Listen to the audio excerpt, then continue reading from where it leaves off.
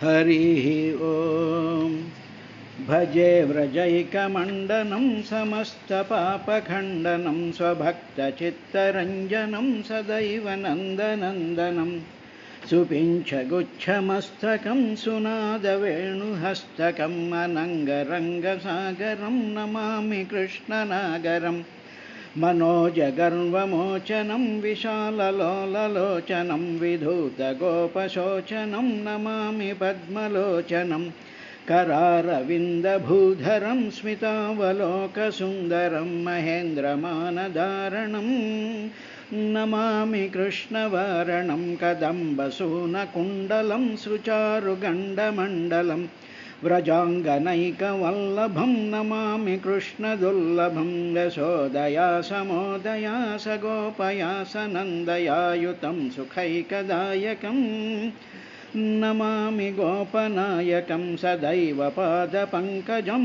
मदीयमानसे निजं दधानमुत्तमालकं नमामि नन्दबालकं समस्तदोषशोषणं समस्तलोकपोषणं समस्तगोपमानसं नमामि नन्दलालसं भुवो भरावतारकं भवाब्धिकर्णधारकं यशोमतीकिशोरकं नमामि चित्तचोरकं दृगन्तकान्तभङ्गिनं सदा सदालसङ्गिनं दिने दिने नवं नवं नमामि नन्दसम्भवं गुणाकरं सुखाकरं कृपाकरं कृपापरं सुरद्विषन्निकन्दनं नमामि गोपनन्दनं नवीनगोपनागरं नवीनकेळिलम्पटं नमामि मेघसुन्दरं तटित्प्रभालसत्पटं समस्तगोपनन्दनं हृदम्बुजैकमोदनं नमामि कुञ्जमध्यगं प्रसन्नभानुशोभनं निकामकामदायकं दृगन्तचारुसायकं रसालवेणुगायकं नमामि कुञ्जनायकं विदग्धगोपिकामनोमनोज्ञतल्पशायिनं नमामि कुञ्जकानने प्रवृद्धवह्निपायनं यदा तथा यथा यथा तथैव कृष्णसत्कथा मया सदैव गीयतां तथा कृपा विधीयताम्। हरिः ॐ पुरुषस्य च संस्थानं स्वरूपं वा परस्य च ज्ञानं च नैगमं यत् गुरुशिष्यप्रयोजनम् निमित्तानि च तस्येह प्रोक्तान्यनघ सूरिभिः स्वतो ज्ञानं कुतः पुंसां भक्तिर्वैराग्यमेव यतान्मे पृच्छतः प्रश्नान् हरेः कर्मविवत्सया ब्रूहि मे अज्ञस्य मित्रत्वादयया न चक्षुषः सर्वे वेदाश्च यज्ञश्च तपोदानानि चानघ जीवाभयप्रदानस्य न कुर्वीरन् कलामपि। श्रीशुक उवाच स इत्थमपृष्टपुराणकल्पः कुरु प्रधानेन मुनिप्रधानः प्रवृद्धहर्षो भगवत्कथायां सञ्चोदितस्तं प्रसन्निवाह इति श्रीमद्भागवते महापुराणे तृतीयस्कन्धे सप्तमोऽध्याये श्लोकाः।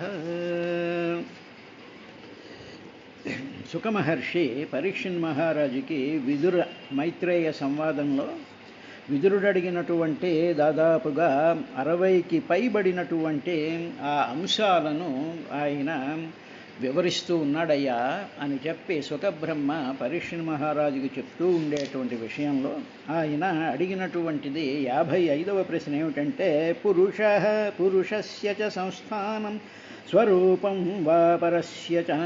అయ్యా జీవుని తత్వం ఏమిటి? పురుషుడు అంటే జీవుడు. ఈ జీవుడి యొక్క తత్వం ఏమిటి? అసలు ఎలా ఉంటాడు ఆ జీవుడు అనేటువంటి వాడు? పరమేశ్వరుడి యొక్క స్వరూపం ఏమిటి?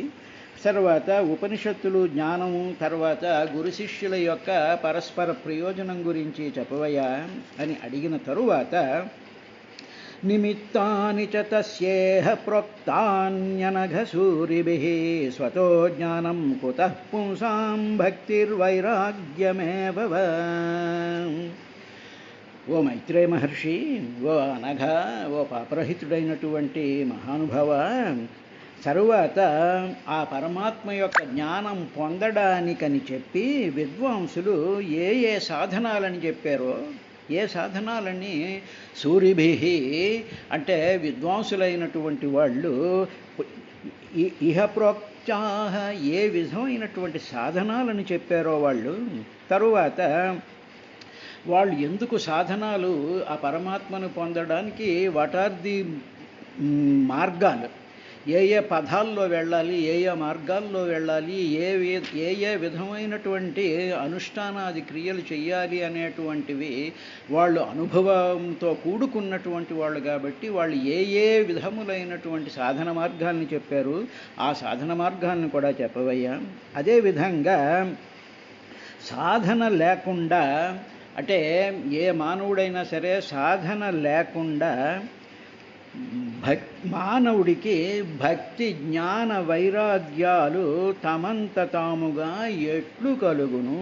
స్వతో జ్ఞానం కుతః పుంసాం, పుంసాం అంటే ఈ సాధకుడికి, మానవులకి స్వతః తమంత తామే జ్ఞానం భక్తి వైరాగ్యం ఏవ కుతః ఎక్కడి నుంచి వస్తాయి అంటే, సాధారణంగా అహంకారం కలిగినటువంటి వాళ్ళు, తర్వాత మాకు అన్నీ తెలుసును అనుకునేటువంటి భ్రమలో జీవితాలు గడిపేసేటువంటి మహామేధావులు ఉండేటువంటి వాళ్ళందరూ కూడా భక్తి జ్ఞాన వైరాగ్యాలన్నీ కూడా మా అంతటా మాకు వచ్చేస్తాయి అనుకునేటువంటి భ్రమలో ఉంటారు కదా. కాబట్టి అటువంటి భ్రమలను తొలగించేటువంటి విధంగా సూరిభి విద్వాంసులైనటువంటి వాళ్ళు ఏ ఏ మార్గాల గురించి చెప్పారో అది కూడా చెప్పవయ్యా అంటూ, ఇక్కడ పరమాత్మను చేరుకోవడానికి 3 రకాలైనటువంటి ఆస్పెక్ట్స్ మన మనసులో ఉండాలి. అవి లేకుండా ఆ పరమాత్మను చేరడం సాధ్యం కాదు అని భాగవతం మనకేం చెప్తోందంటే, భక్తి జ్ఞాన వైరాగ్య, భక్తి జ్ఞానము వైరాగ్యము, ఈ 3 ఉంటేనే కానీ భగవంతుణ్ణి చేరుకోవడానికి అవకాశం లేదు. నెంబర్ 1. నెంబర్ 2, ఇటువంటి భక్తిని ప్రబోధించేటువంటి, జ్ఞానాన్ని ప్రబోధించేటువంటి, వైరాగ్యం అనేటువంటి ఫీల్డ్లోకి పుష్ చేసేటువంటి మహత్తరమైనటువంటి శక్తి కలిగినటువంటి వాళ్ళు సూరిభి, మహావిద్వాంసులైనటువంటి వాళ్ళు, జ్ఞానులు. అటువంటి వాళ్ళ యొక్క పరిచర్యలలో, సేవలతో వాళ్ళు చెప్పినటువంటి మాటల్ని, వాళ్ళు విశదీకరించినటువంటి విషయాలని తూచా తప్పకుండా పాటిస్తూ ఉన్నప్పుడు భక్తి జ్ఞానము వైరాగ్యము కలుగుతుంది.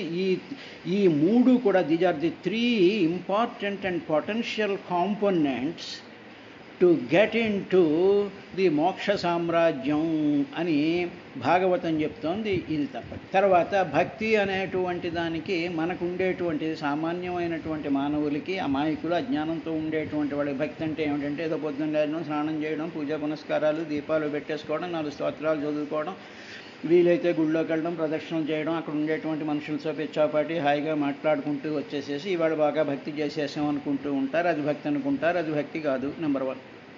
నెంబర్ 2, ఇప్పుడు పోని అది భక్తే అనుకుని మనం యాక్సెప్ట్ చేసినాం అనుకోండి, జ్ఞానం ఉన్నదా, జ్ఞానం వచ్చిందా, వీటి వల్ల మనకి ఏదైనా జ్ఞానం కలిగిందా? జ్ఞానం అంటే it is not the information, it is not the గూగుల్లోనో లేకపోతే యూట్యూబుల్లోనో వచ్చేటువంటి జ్ఞానం కాదు, పుస్తకాల వల్ల వచ్చేటువంటిది జ్ఞానం కాదు. జ్ఞానము అంటే పరమాత్మ యొక్క సర్వవ్యాపకత్వము, సత్యం, జ్ఞానం, అనంతం, బ్రహ్మ అనేటువంటి ఆ పరతత్వం యొక్క అంతరాంతరాల్లో ఉండేటువంటి ఆ ఆత్మ చైతన్య ప్రకాశ స్వరూపం యొక్క అవగతం కావడం జ్ఞానం.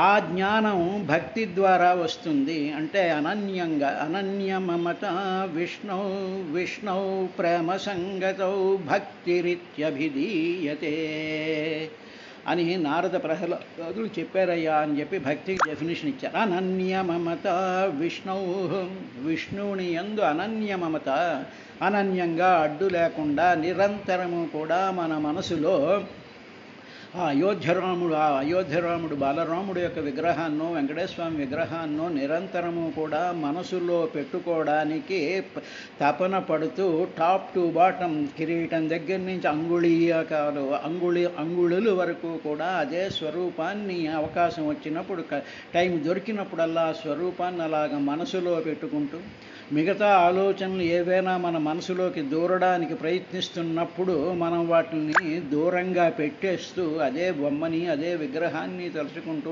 రామనామమో లేకపోతే అమ్మవారి నామమో ఏదో మనకి నచ్చినటువంటి నామాన్ని ప్రశాంతంగా రోజుకి ఒక అరగంటో గంటో 30 నిమిషాలు 40 నిమిషాలు ఎంత వీలైతే అంత, ఎంతసేపు అయితే అంత ఆ టైమును మనం కుదుర్చుకొని చేస్తూ ఉండి అనన్యంగా, అంటే వితౌట్ ఎనీ బ్రేక్, అనన్య మమత.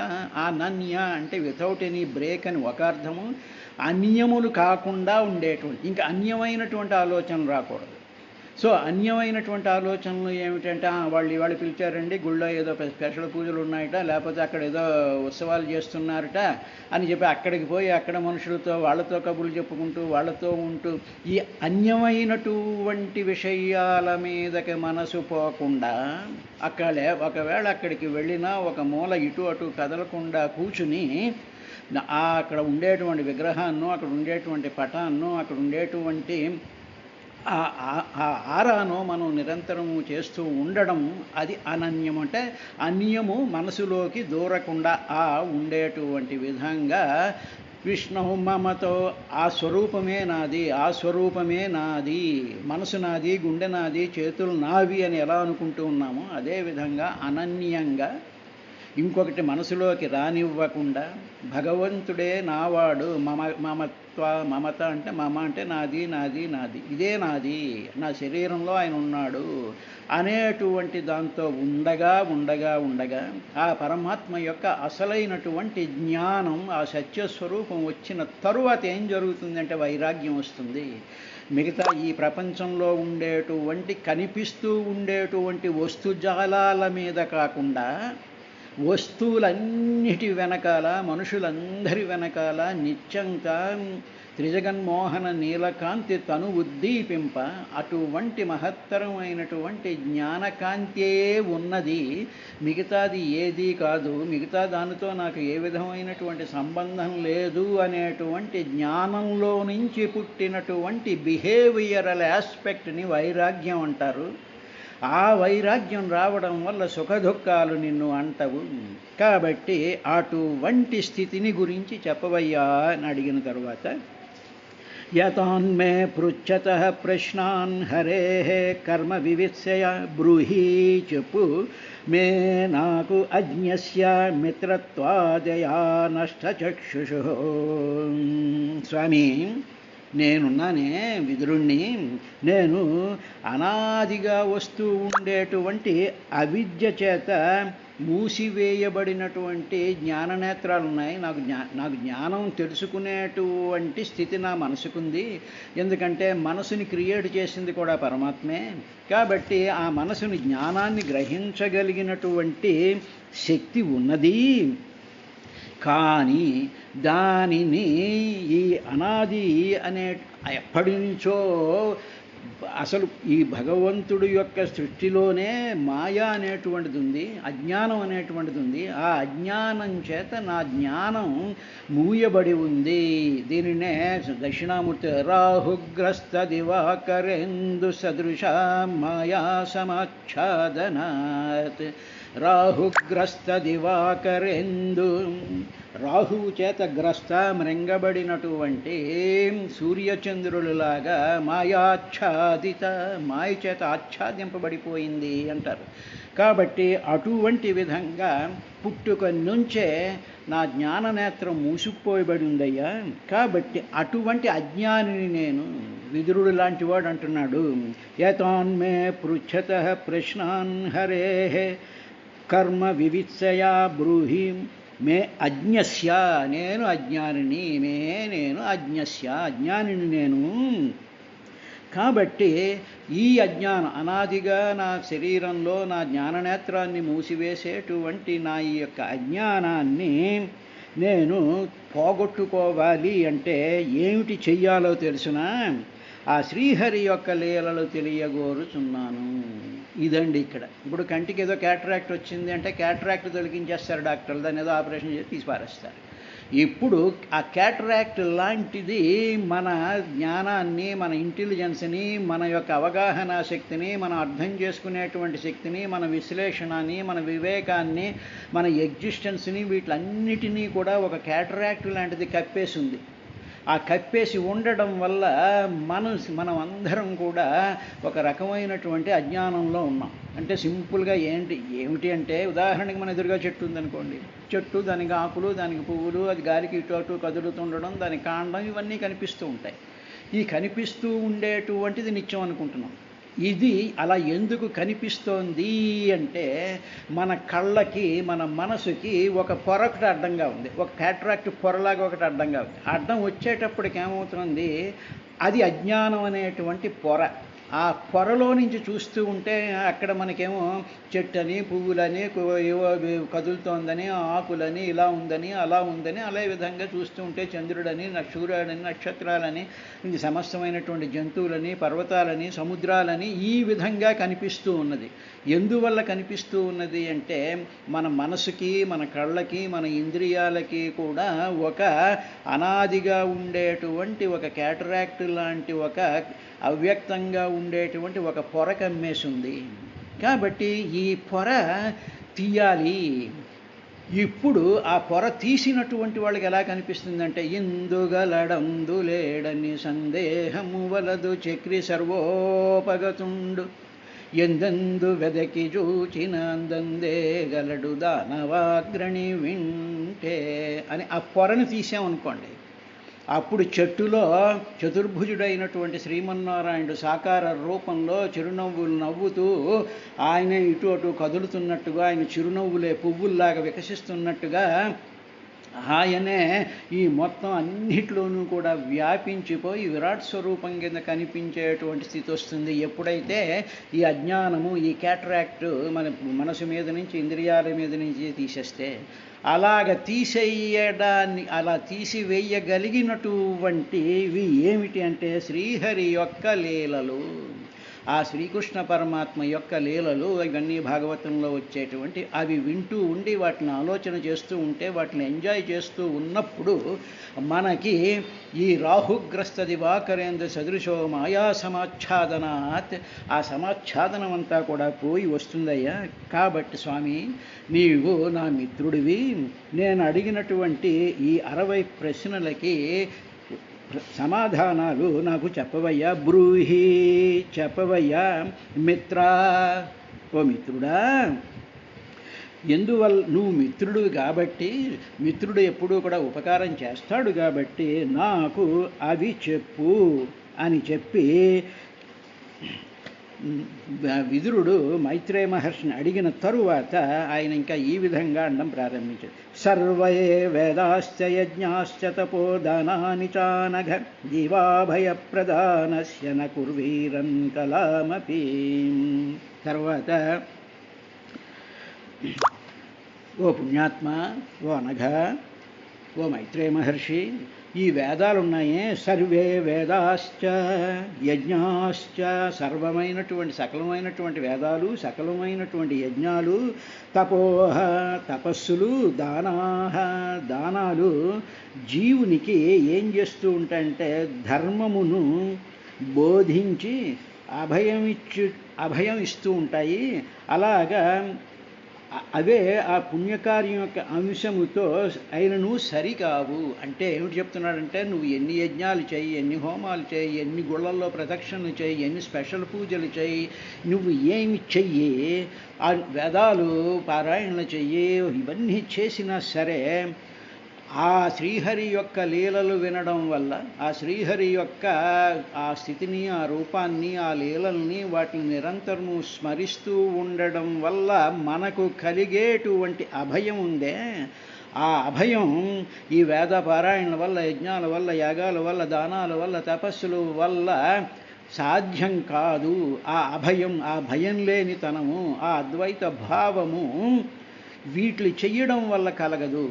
ఓన్లీ ఆ భగవంతుడి యొక్క లీలలు వినడం వల్ల మాత్రమే కలుగుతుంది అని చెప్పి, సర్వే వేదాశ్చ యజ్ఞాశ్చ తపోదానాని చ అనఘ జీవా అభయప్రదానస్య, జీవుడికి అభయప్రదానస్య, భయం లేనటువంటి ఇచ్చేటువంటిది అవన్నీ కూడా నా కుర్వీన్ చేయవు, ఇవేహీ చెయ్యవు. ఒక్క శ్రీహరి యొక్క కథామృతాన్ని, పీయూషం దానిని పానం చెయ్యడం వల్ల మాత్రమే కలుగుతూ ఉంటాయ్యా అని చెప్పి 60 ప్రశ్నలు వేసిన తరువాత ఇలా వేశాడయ్యా అని చెప్పి సుఖమహర్షి పరీక్షన్ మహారాజుతో ఈ విధంగా అన్నాడు. కానీ స ఇత్తమాపృష్టపురాణకల్ప కురు ప్రధానేన ముని ప్రధాన, మునుల్లో ప్రధానమైనటువంటి మైత్రేయ మహర్షిని కురువంశంలో ప్రధానుడైనటువంటి కురు ప్రధానేన విదురుడు ఇత్తం ఆపృష్ట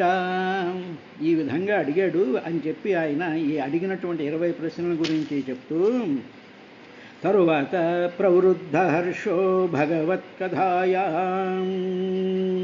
తరువాత భగవంతుడి యొక్క భగవత్కథాయా, భగవంతుడైనటువంటి శ్రీకృష్ణుడైనటువంటి సర్వవ్యాపకుడైనటువంటి సత్యం జ్ఞానం అనంత స్వరూపమైనటువంటి ఆ శ్రీకృష్ణ పరమాత్మ యొక్క కథాయా, కథలు వినాలి అనేటువంటి ఆ మనోప్రవృత్తి చేత ప్రవృద్ధ హర్షో, వెంటనే వినాలి వినాలి అనేటువంటి ఒక హర్షం, ఒక ఉత్సాహం, ఒక ఉల్లాసం, ఒక భయం, ఒక చాలా అద్భుతమైనటువంటి ఒక పెద్ద కెరటంలాగా విదురుడు మనసులో నుంచి చెప్పు చెప్పు చెప్పు, ఆ కథలు చెప్పు, ఆ భాగవత రహస్యాలన్నీ చెప్పు అని ప్రవృద్ధ హర్షో భగవత్కథాయాం సంచోదితస్థం, ఆ హర్షం ప్రవృద్ధం అవడం చేత మనసంతా కూడా ఆ కథలు వినాలి అనేటువంటి ఉత్సాహం చేత అడిగినప్పుడు అప్పుడు సంచోదితస్తం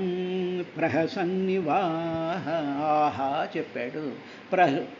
ప్రహసన్నివా, ఆ ఉత్సాహాన్ని చూసి, ఆ ఆనందాన్ని చూసి, ఆ విదురుడి యొక్క మహత్తరమైనటువంటి ఆ ఉత్సాహాన్ని చూసి చాలా చిరునవ్వు నవ్వుతూ మైత్రేయ మహర్షి చెప్పడం ప్రారంభించాడయ్యా అని చెప్పి 7వ అధ్యాయం, తృతీయ స్కంధంలో 7వ అధ్యాయంలో సుఖమహర్షి పరీక్షన్ మహారాజుకు చెప్పాడు. అంటే ఎప్పుడైతే మనస్సు ప్రవృద్ధం అవుతుందో హర్షం చేత, అప్పుడు భగవత్ కథలు వినాలి అనేటువంటి ఆ మహత్తరమైనటువంటి ఆ భావం మనసులో కలగడం అనేటువంటిది ఎన్నో పూర్వజన్మల సంస్కారాలు ఉంటేనే కానీ ఆ భగవత్ కథలు వినాలి అనిపించదు. అందుకనే ఇంకా గుళ్ళో ప్రవచనాలు ఉండవు, ఇక ఏమీ ఉండవు అని చెప్పేసేసి మామూలుగా ఉండేటువంటిది అవి ఆ సంస్కారాన్ని బట్టి దాన్ని బట్టి ఉంటాయి. అది వేరే విషయం అనుకోండి, అది మనకి సంబంధం లేదు.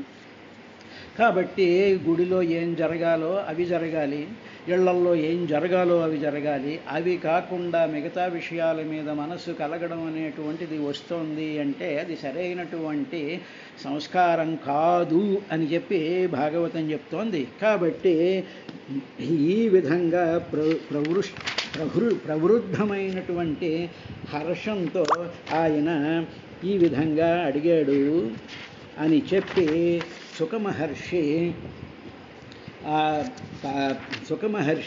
ఆ పరీక్షన్ మహారాజుకి విధానాన్ని చెప్పాడు. దాన్నే పోతన గారు ఈ విధంగా ఆ చివరి దాన్ని ఈ విధంగా ఆయన అనువాదం ఇలగల మానవాళికి ఎల్లను తింప భజింప యోగ్యమై వెలసిన పూర్వంశము పవిత్రము చేయగబుట్టి సద్గుణాకలిత యశ ప్రసూనలతికాచతి కిం ప్రతివాసరం బెంబల రగబ్రోది వెట్టుగ దయ్యముకుంద కదామృతంబునన్. స్వామి, ఈ ఇలలో కలిగినటువంటి మానవులకి అందరికీ కూడా నుతింప, ఎప్పుడూ కూడా మాట్లాడుకోవడానికి, స్తోత్రం చెయ్యడానికి, భజింప, ఆయన్ని భజన చెయ్యడానికి యోగ్యమైనటువంటి పూర్వవంశము పవిత్రము చేయగబుట్టి, పురువంశంలో పుట్టినటువంటి ఆ వంశాన్నంతటినీ కూడా ఈయన పవిత్రం చేసి సద్గుణాకలిత యశప్రసూన, సద్గుణాలతో కూడుకున్నటువంటి ఆ లతికాతతికి ఆ కీర్తి యొక్క ఆ లతల విస్తారానికి దానికి సంబంధించినటువంటి వంశంలో పుట్టినటువంటి శ్రీకృష్ణ పరమాత్మ యొక్క ముకుంద కథామృతంబునం, ఆ ముకుంద కథామృతం అనేటువంటి లతను నా హృదయంలో నాటవయ్యా. నాటితే ఆ వంశంలో పుట్టినటువంటి శ్రీకృష్ణుడి యొక్క కథల యొక్క లతదలా పెరుగుతూ పువ్వులు పూస్తూ మనసంతా సుగంధంతో సంస్కారంతో భక్తితో నింపేటువంటి అటువంటి కథలు వినాలని నాకు కోరికగా ఉంది మహానుభావ అని చెప్పి సుఖమహర్షి ఈ పరీక్షితుడికి విదురుడు ఈ విధంగా అడిగాడయ్యా అని చెప్పాడు. రేపటి కార్యక్రమంలో మరో విశేషంతో